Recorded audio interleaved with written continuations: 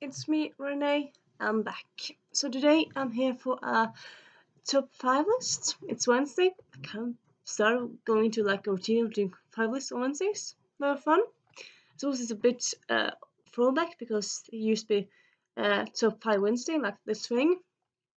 Yeah, it's been a long time ago. I haven't really ever tagged that, so I've just kind of made up my own. But like, yeah, lists and 5 are fun to do. So yeah. So today I'm going to talk about some books that I should have read yesterday, or not sure read, but okay. So it's a way of like showing that it's books that I plan to read soon, and I really want to get to soon. And also, yeah, it's not like that vague of a list. It's 5 books by Black authors, because yeah, as I said earlier, I noticed earlier this year that I have way too few books by Black authors on my shelf. There's plenty of books that have black protagonists or black characters, or black protagonists or black characters, but black authors, I just realized I have way too few of them. Way too few. So yeah, I started ordering some books that have black authors, and these are some of them.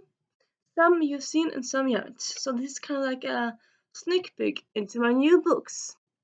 I suppose, like, should I do a separate haul on like books? Because lately I've been like doing videos where I talk about some books that I haven't hauled yet.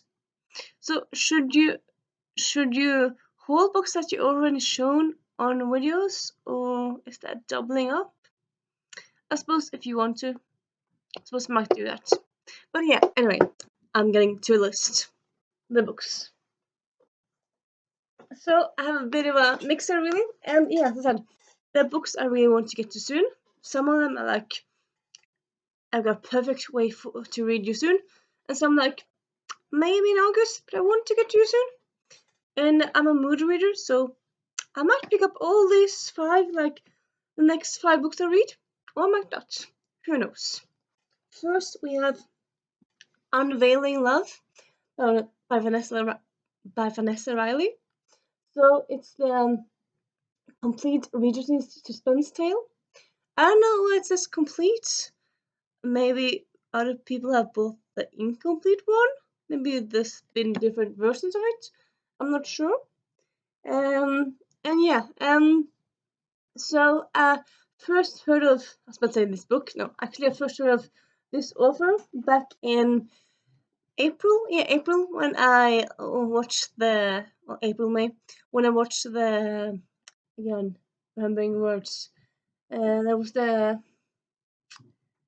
was a thing on BookTube with like panels and stuff. Social Distance Bookfest. Yeah.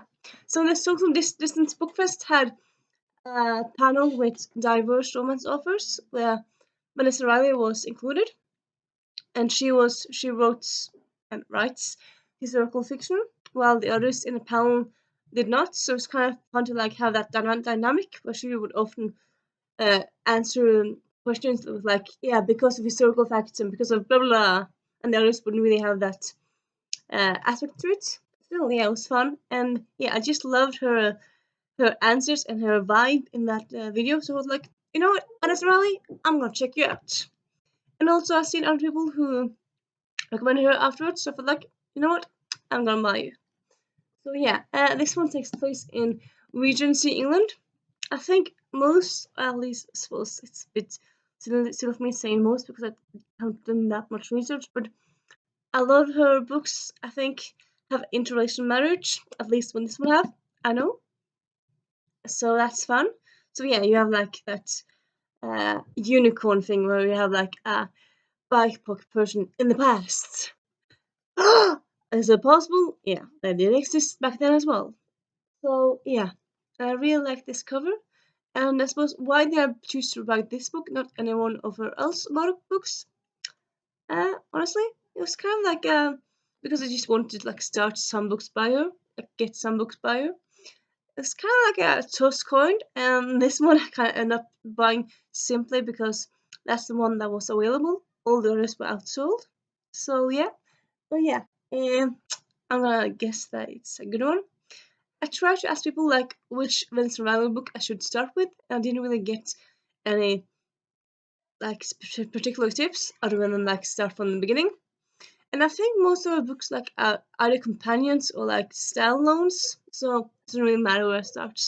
When I start, so yeah, Vanessa Riley. Excited to get to her. Very excited to get to her. Then you have, then you have A Phoenix Mastburn. It's an anthology with black authors, and it's edited by Patrice Caldwell, who I haven't read anything by. I don't think at least, but yeah. So this book has been like around BookTube these last few months, like because of BLM, because of like this idea to start reading more black authors, and this book has like been on people's radar much more. And I also think it's new. I might be wrong. It came out in this year, 2020. So it's a quite completely new book. It has stories by Elizabeth Acevedo, by Patrice Caldwell as well, by Charlotte Nicole Davis, never heard of her, Christina Ireland, L.L. McKinney, E.B. Suboy, Ashley Woodfolk. Ashley Woodfolk, I actually think I've heard of. Cool. Daniel Page. Yeah, and many more. Most of these are females, but that doesn't really matter. And yeah, so the concept behind this one is that there's black protagonist, and it's all the stories include some sort of magic. So it's both world set in the past, in the present, and future. So it's both sci-fi, fantasy, and there's non-conforming gender non-conforming people, and it's not just females, and it's everyone really. And yeah, the first time I heard about this, I was like, it sounds so cool. I want to read it.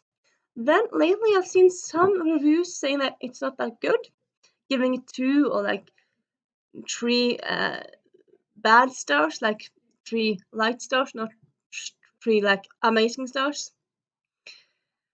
And then then you start to think about the age-old questions really. How much should you think about reviews? Because I mean, all the books, well, most books get reviews, and a lot of books has a lot of good reviews, and then maybe some bad reviews, and then you have some that are like both amazing and bad. So like, how are you gonna listen to reviews? How much stuff are you gonna give them really? But yeah, I was like, I bought this, and then after I ordered it, I thought like, maybe I shouldn't read it, but I already ordered it, and I thought like, well, you know what, I want to try it.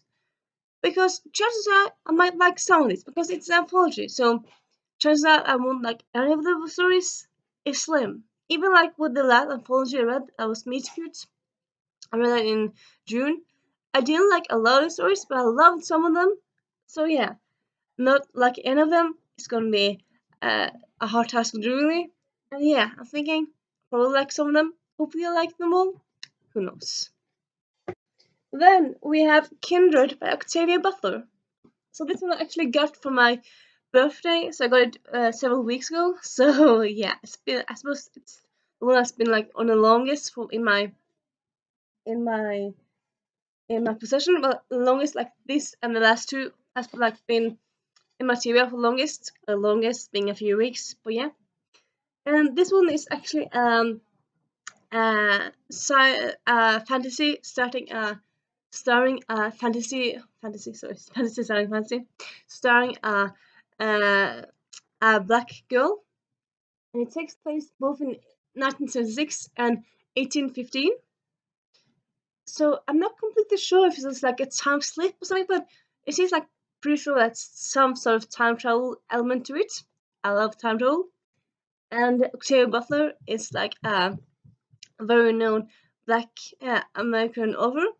I've heard of her. Actually, I never read anything by her, and I thought like this looks like a great place to start really.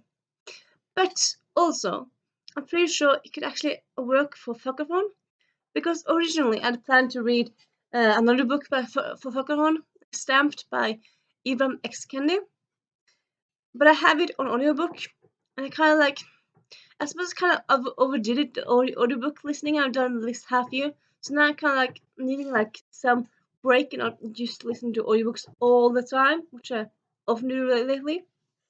So I think I might use this one instead as like for as the prompt of white supremacy, because this one takes place um, in sometimes in 1815, which is during the slave time. So you have that like fight against the slave system and stuff. So I'm pretty sure this one would work for that.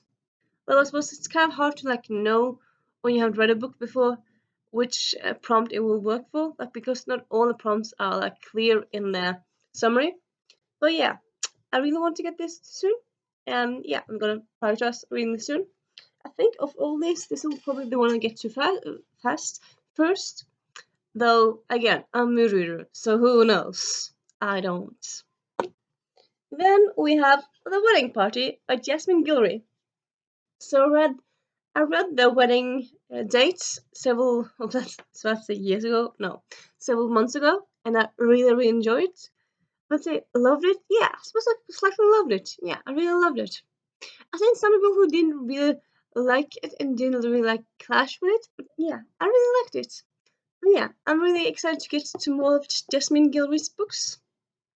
And yeah, so this is an adult romance, and both the protagonists are both love interests, both protagonists are black Americans, and it takes place during a wedding party, have in name really, and some of the characters like the protagonists here are like side characters from the first book, so they're like it's all set in the same universe, but they're just like different. Yeah, you get my point really. It's people in this book were side characters in the first book, and then the people will sit side characters in the next books, and they're all connected. Oh, connected was what I was thinking about. I always forget stuff. Always. You should think after almost a year, I would not do that. But yeah, words. I suppose it's not like I forget words just when I'm filming, so it's not really a filming issue really. And yeah, this one I'm gonna probably get to soon as well, but then again, who knows? Then we have Morgan Parker, who put the song on. It's a YA black offer. So sorry, it's contemporary, and I'm pretty sure. I'm